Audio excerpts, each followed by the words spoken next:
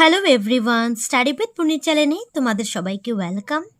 আজকে আমি তোমাদের সঙ্গে ক্লাস ষষ্ঠ শ্রেণীর 19 বাংলা বইয়ের আমি পাঠ নং 10 সত্যজিৎ রায়ের দুটি সাক্ষাৎকার এই পাঠটির আমি অল ক্রিয়াকলাপ তোমাদের সঙ্গে আলোচনা করব। আমার চ্যানেলে যদি তোমরা নতুন কেউ ভিজিট করে থাকো তাহলে অবশ্যই আমার চ্যানেলটাকে লাইক শেয়ার অ্যান্ড সাবস্ক্রাইব করে নেবে পরবর্তী নোটিফিকেশন পাওয়ার জন্য। তাহলে দেখে নাও এই পাঠটির অল ক্রিয়াকলাপগুলি। তাহলে ক্রিয়াকলাপ শুরু করার আগে এখানে কবি পরিচিতি দেওয়া আছে, সত্যজিৎ রায়ের পরিচিত এখানে দেওয়া আছে, সেটা তোমরা খুব ভালো থেকে পড়বে, কারণ এখান থেকে অনেক শর্ট কোয়েশ্চেনও পরীক্ষাতে আসতে পারে। ঠিক আছে, এটা তোমরা নিজেই পড়ে নেবে। এই পাঠের কিছু এক্সট্রা শব্দ অর্থ দিয়ে দিচ্ছি, সেটা তোমরা খুব ভালো থেকে পড়ে রাখবে।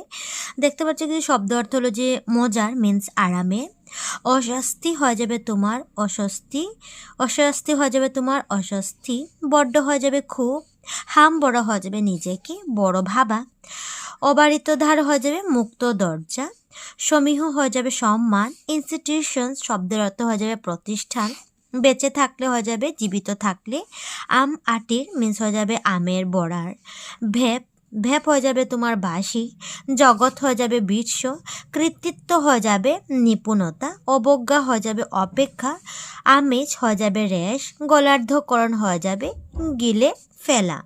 এভাবে তুমি শব্দ অর্থগুলি শিখে নেবে। তারপর ক্রিয়াকলাপ পাঠ ভিত্তিক 1 নম্বর কোয়েশ্চেন হলো যে নিচে দেওয়া প্রশ্নগুলির শুদ্ধ উত্তর বের করে বৃত্তটি পূর্ণ করো। তাহলে প্রথম হলো যে উনি একটা অ্যাসোসিয়েশন, এখানে কার কথা বলা হয়েছে? তাহলে উত্তরে হয়ে যাবে তোমার গ নম্বর রবীন্দ্রনাথ ঠাকুর। তাহলে গ নম্বরে তুমি বৃত্তটি পূর্ণ করে নেবে এবারে। তারপর নেক্সট হলো যে নাম্বার 2 ফেলুদা সিরিজের প্রথম উপন্যাসের নাম কি? তাহলে আনসার খ নম্বর হয়ে যাবে তোমার বাদশাহী আংটি। এটা তোমার খ নম্বরটাকে পূর্ণ করে দেবে। ঠিক আছে, এভাবে ভর্তি করে নেবে বৃত্তটি। নেক্সট হয়ে যাবে নাম্বার 2, দেখে নাও 2 নম্বর তুমি উপরের উত্তরগুলো কেন শুদ্ধ বলে বেছে নিয়েছো সেই বিষয়ে তোমরা বন্ধু বান্ধবদের সঙ্গে আলোচনা করো। তাহলে এটা তোমরা নিজেই আলোচনা করে নেবে। নাম্বার 3 দেখে নাও যে এখানে দেওয়া আছে নিচের চিত্রে প্রথম মেঘের খণ্ডে থাকা শব্দগুলোর অর্থ দ্বিতীয় মেঘের খণ্ডে দেওয়া হয়েছে, শব্দগুলোর অর্থ খুঁজে বের করো, প্রয়োজন হলে অভিধানের সাহায্য নাও। তাহলে এখানে তোমাদেরকে মেঘের খণ্ডে দেওয়া আছে কিছু শব্দ, এখানে অর্থ দিয়ে দিচ্ছে, সেটা তোমরা শব্দের অর্থ মিলিয়ে লিখবে। তাহলে তুমি শব্দের অর্থ এইভাবে তোমরা লিখে নেবে যে হাম বড়া হয়ে যাবে অহংকারী, অস্বস্তি হয়ে যাবে অস্বস্তি, ধার হয়ে যাবে দরজা, আমেজ হয়ে যাবে রেশ, কৃতিত্ব হয়ে যাবে নিপুণতা, অবজ্ঞা হয়ে যাবে তোমার অপেক্ষা। তো এইভাবে তোমরা এইভাবে কপিতে লিখে শিখে নেবে।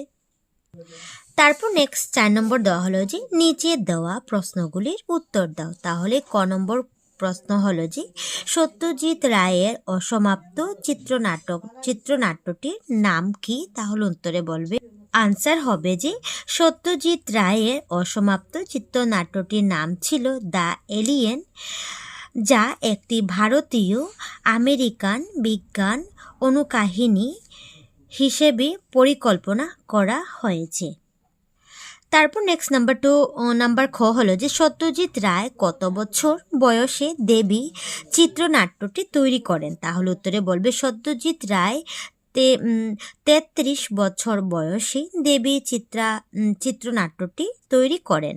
গ নম্বর হলো যে পথের পাঁচালী চিত্রনাট্য তৈরি করার সময় সত্যজিৎ রায়ের বয়স কত ছিল? তাহলে উত্তরে বলবে পথের পাঁচালী চিত্রনাট্য তৈরি করার সময় সত্যজিৎ রায়ের বয়স ছিল 30 বছর। তারপর নেক্সট খ নম্বর হলো যে কত খ্রিস্টাব্দে এর কুল পোয়ারোর আবির্ভাব ঘটে? তাহলে উত্তরে বলবে 1923 খ্রিস্টাব্দে এরকুল পোয়ারের আবির্ভাব ঘটে। নেক্সট 9 নম্বর কোশ্চেন হলো সত্যজিৎ রায়ের প্রথম প্রিয় গোয়েন্দা চরিত্রটির নাম কি? তাহলে বলবে সত্যজিৎ রায়ের প্রথম প্রিয় গোয়েন্দা চিত্রটির নাম শার্লক হোমস। তারপর নেক্সট 5 নম্বর কোশ্চেন হলো যে নিচে দেওয়া প্রশ্নগুলির উত্তর দাও। তাহলে প্রথম কোশ্চেন হলো যে আত্মজীবনীমূলক চলচ্চিত্র করার সময়ে সত্যজিৎ রায়ের অভিমত কী ছিল? তাহলে আনসারে বলবে আত্মজীবনীমূলক চলচ্চিত্র করার সময়ে সত্যজিৎ রায় বলেছেন যে গোয়েন্দারা সব সময় কাজে ব্যস্ত তাদের গোয়েন্দার পিছনে, তাছাড়া গোয়েন্দারা নিজেরা ভালো ভালো আত্মজীবনীমূলক চলচ্চিত্র করলেও যদি প্রশংসা করার যোগ্য হয় তাহলে নিজেকে নিজের পিঠ চাপড়াতে হয়। তারপর নেক্সট কোয়েশ্চেন খ নম্বর হলো যে সুকুমার রায়কে নিয়ে ছবি করার সময়ে ছবি করার বিষয়ে যে কথাগুলো আলোচনা হয়েছে তা লিখো। তাহলে উত্তর এইভাবে লিখবে যে সুকুমার রায়কে নিয়ে ছবি করার বিষয়ে সত্যজিৎ রায় বলেছেন যে যেভাবে কখনো মনে হয় না যে সুকুমার রায়কে নিয়ে ছবি করার। তাছাড়া তিনি আরও বলেছেন যে যদি ওনাকে নিয়ে ছবি করতে হয় তাহলে কি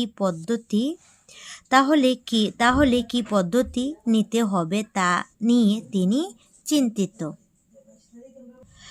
তারপর নেক্সট গ নম্বর হলো যে ফেলুদার বয়স নিয়ে প্রশ্নকর্তার সঙ্গে সত্যজিৎ রায়ের কি কথা হয়েছিল? আনসারে বলবে যে ফেলুদার বর্তমান বয়স নিয়ে বলতে গিয়ে সত্যজিৎ রায় বলেন যে ফেলুর 27-28 বছরের কাহিনী শুরু বর্তমানে 35। তারপর নেক্সট 6 নম্বর কোশ্চেন হলো যে কে কাকে বলেছিল লিখো। প্রথম হলো যে আপনাকে একবার শুধু দেখতে চাই। তাহলে তুমি উত্তরে বলবে এই কথাটি বলেছিলেন সত্যজিৎ রায় প্রথম প্রশ্নকর্তা শঙ্করলাল ভট্টাচার্যকে বলেছিলেন। নেক্সট হলো হযবরল আবুল তাবুল এগুলোতে মজা তো শেষ নেই। এই সত্যজিৎ রায় শঙ্করলাল ভট্টাচার্যকে বলেছিলেন। নেক্সট গ নম্বর হচ্ছে ফেলুদার সঙ্গে কলকাতা পুলিশের সম্পর্ক কেমন? তাহলে বলবে দ্বিতীয় সাক্ষাৎকারকে ভূষণগুপ্ত সত্যজিৎ রায়কে বলেছিলেন। এইভাবে কে কাকে বলেছিলেন সেটা উত্তর এভাবে লিখে নেবে। তারপর নেক্সট 7 নম্বর হলো যে তখন আবার ভাবি যে নিজেকে যদি দেখতে না দিই তাহলে আবার ভাবলে যে লোকটা বড্ড হামবড়া, সেজন্য আমাকে একটু অবারিতদার করেও রাখতে হয়েছে। শিক্ষক শিক্ষার্থী সাহায্য নিয়ে উক্ত কথাগুলির তাৎপর্য ব্যাখ্যা করো। তাহলে এভাবে তাৎপর্য তোমরা ব্যাখ্যা করো। প্রথম প্রশ্নকর্তার প্রথম প্রশ্নের উত্তরে সত্যজিৎ জানান যে তিনি চান পাঠকের তার লেখাপূরক তাতেই তিনি খুশি, কিন্তু কিছু পাঠক ফোন করে তাকে একবার চোখে দেখতে চাওয়ার ইচ্ছে প্রকাশ করলে তিনি অস্বস্তি বোধ করেন। তবে এতে তার মনে হয় পাঠকেরা হয়তো ভাববে তিনি এত সুনাম অর্জন করে অহংকারী হয়ে গেছেন, তাই তিনি সম্মতি দিয়েছেন।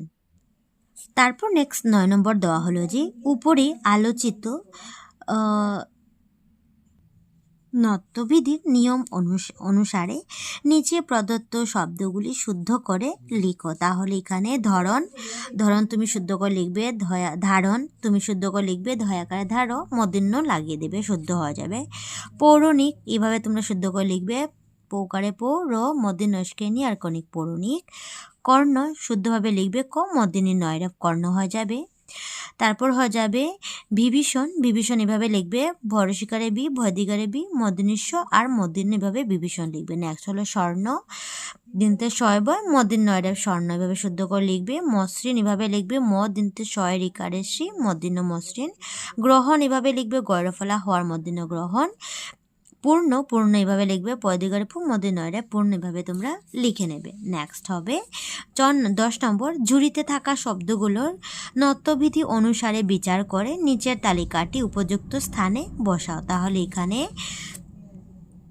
এখানে দিয়ে দিচ্ছে তোমাদেরকে উপযুক্ত স্থানে রিকার থাকার জন্য, র থাকার জন্য, অন্তস্থ মদিনিস্ব থাকার জন্য। তাহলে এখানে নত্যবিধির যে এখানে যে শব্দগুলিতে যে ঝুড়িতে দেওয়া আছে শব্দগুলি, এখানে তুমি রিকার থাকা শব্দ লিখবে এভাবে, তৃণ, ঘৃণা, ঋণ, মৃণাল। র থাকার জন্য লিখবে তুমি ধরণী, বর্ণ, চরণ, প্রাণ, চূর্ণ। মদিনিস্ব থাকার জন্য লিখবে সম্ভাষণ, বর্ষণ, শোষণ, তুষণ, ভূষণ। দুইভাবে তোমরা লিখে নেবে। তারপর নেক্সট দেওয়া হলো যে 11 নম্বর, সত্যজিৎ রায়ের চলচ্চিত্রের বিষয়ে বিভিন্ন উৎস থেকে তথ্য সংগ্রহ করে লিখো। তাহলে উত্তরে লিখবে যে সত্যজিৎ রায় ভারতীয় চলচ্চিত্রের নতুন দিগন্তের দিশারি। অসামান্য প্রতিভায় তিনি ভারতীয় চলচ্চিত্রকে বিশ্বের সবচাইতে গৌরবের আসনে বসিয়েছেন। চলচ্চিত্র পরিচালক হিসাবে তিনি বিশ্ববিখ্যাত। তার বিভূতিভূষণের লেখা পথের পাঁচালী চলচ্চিত্রায়িত হয়। 1955 সালে সেটি মুক্তি লাভ করে দেশবাসী মুগ্ধ হন। পথের পাঁচালীও ওই বছরই রাষ্ট্রপতির পদক লাভ করেছিল, স্বর্ণ ও রূপ। তারপর তিনি একে একে নির্মাণ করলেন অপরাজিতা 1958, তারপর পরশ পাথর 1958 খ্রিস্টাব্দে, জলসাঘর 1961, অপুর সংসার 1962, দেবী 1960, তিন কন্যা 1966, অভিযান 1962, মহানগর 1963, চারুলতা 1964, নায়ক 1966, চিড়িয়াখানা 1966, গুপি গায়েন বাঘা বায়েন 1968, অসীন সংকেত 1973, সোনার কেল্লা 1974, অগন্তুক 1991। এগুলো ছাড়াও আরও অসংখ্য বিশ্বমানের জনপ্রিয় চলচ্চিত্র তিনি নির্মাণ করেছেন। তারপর নেক্সট 12 নম্বর কোশ্চেন হলো যে শব্দজালটি মনোযোগ দিয়ে দেখো এবং এখান থেকে অর্থপূর্ণ শব্দ খুঁজে বের করে নিচে দেওয়া শূন্যস্থান পূর্ণ করো। প্রয়োজনে পাঠের সাহায্য নিও। তাহলে দেখতে পাচ্ছ এখানে অনেক বাক্যের মধ্যে শব্দ জাল দিয়ে দিচ্ছে, সেটাতে তুমি খুঁজে বের করে নিচে শূন্যস্থান পূর্ণ করো। তাহলে দেখতে পাচ্ছ এখানে দেওয়া হলো যে ক নম্বর, যিনি প্রশ্ন করেন, আমি লিখে দিচ্ছি অলরেডি, হয়ে যাবে প্রশ্নকর্তা। কবিগুরু হয়ে যাবে রবীন্দ্রনাথ। তারপর নেক্সট হয়ে যাবে একটি পদবী হয়ে যাবে রায়। উপন্যাসের চরিত্র হয়ে যাবে তোমার ফেলুদা। কথা সাহিত্যের একটি প্রকার হয়ে যাবে উপন্যাস। তো এইভাবে তোমরা লিখে নেবে। তারপর প্রকল্পের মধ্যে দেখতে পাচ্ছ 13 নম্বর, তোমরা এটা নিজেই করে নেবে, নিজেই করতে পারবে। তারপর 14 নম্বরটি দেখে নাও, তোমাদের অঞ্চলে কোনো কৃষক, শিল্পী, সাহিত্য ও যে কোনো বিষয়ে পারদর্শী কোনো ব্যক্তির সাক্ষাৎকার কিভাবে নেবে তার একটি নমুনা প্রস্তুত করে শিক্ষক শিক্ষার্থীকে দেখাও। তাহলে এটা আমরা করে দেবো, আমি দেখাচ্ছি। তাহলে তুমি আনসারটি ভাবে লিখবে তোমরা। আমাদের বিদ্যালয়ের রীতা রায় নামের একজন ছাত্রী রাষ্ট্রীয় পর্যায়ে সঙ্গীত প্রতিযোগিতায় পুরস্কার লাভ করেছে। তার এই সফলতা জানার জন্য আমি যেভাবে তার সাক্ষাৎকার নেব তা একটি নমুনা নিচে দিলাম। দেখতে পাচ্ছ এখানে দেওয়া আছে আমি। আরে রিতা, কেমন আছো? শুনলাম তুমি রাষ্ট্রীয় পর্যায়ের সঙ্গীত প্রতিযোগিতা পুরস্কার লাভ করেছো, শুনে খুব ভালো লেগেছে। রিতা বলল, হ্যাঁ, আমি খুব খুশি হয়েছি। আমার এই জয়ে আমাদের এই সঙ্গীত বিদ্যালয়ের নামও হয়েছে। আমি বললাম যে ঠিকই বলেছ, সবাই খুব খুশি। আচ্ছা, তুমি কিভাবে এই সফলতা লাভ করেছো বলবে? তাহলে আমরাও চেষ্টা করতাম। রিতা বললেন, আসলে আমার এই জয়ের পিছনে আমার মা এর বড় হাত রয়েছে। মা মা আমাকে সব সময় সহযোগিতা করেছেন। সেই সঙ্গে আমার দিদিমণি, যিনি আমাকে সঙ্গীত শিখিয়েছেন, তিনি যেমন বলেছেন আমি তেমনিভাবে তার পথ অনুসরণ করেছি। তাই আজ সফলতা লাভ করতে পেরেছি। তারপর আমি বললাম, বাহ, শুনে খুব ভালো লাগলো। এভাবেই তুমি মনোযোগী হয়ে এগিয়ে যাও। ভবিষ্যতে হয়তো আরও ভালো কিছু একটা করে উঠতে পারবে। রিতা বলল, হ্যাঁ, চেষ্টা করে যাব। তাহলে আমি এই পার্টটি এখানেই শেষ করলাম। তাহলে আমার ভিডিওটা তোমাদের কেমন লাগলো অবশ্যই আমাকে কমেন্টে জানাবে। আর নেক্সট কোনো যদি ভিডিও পেতে তাহলে আমাকে কমেন্টে জানিয়ে দেবে। তাহলে টাটা।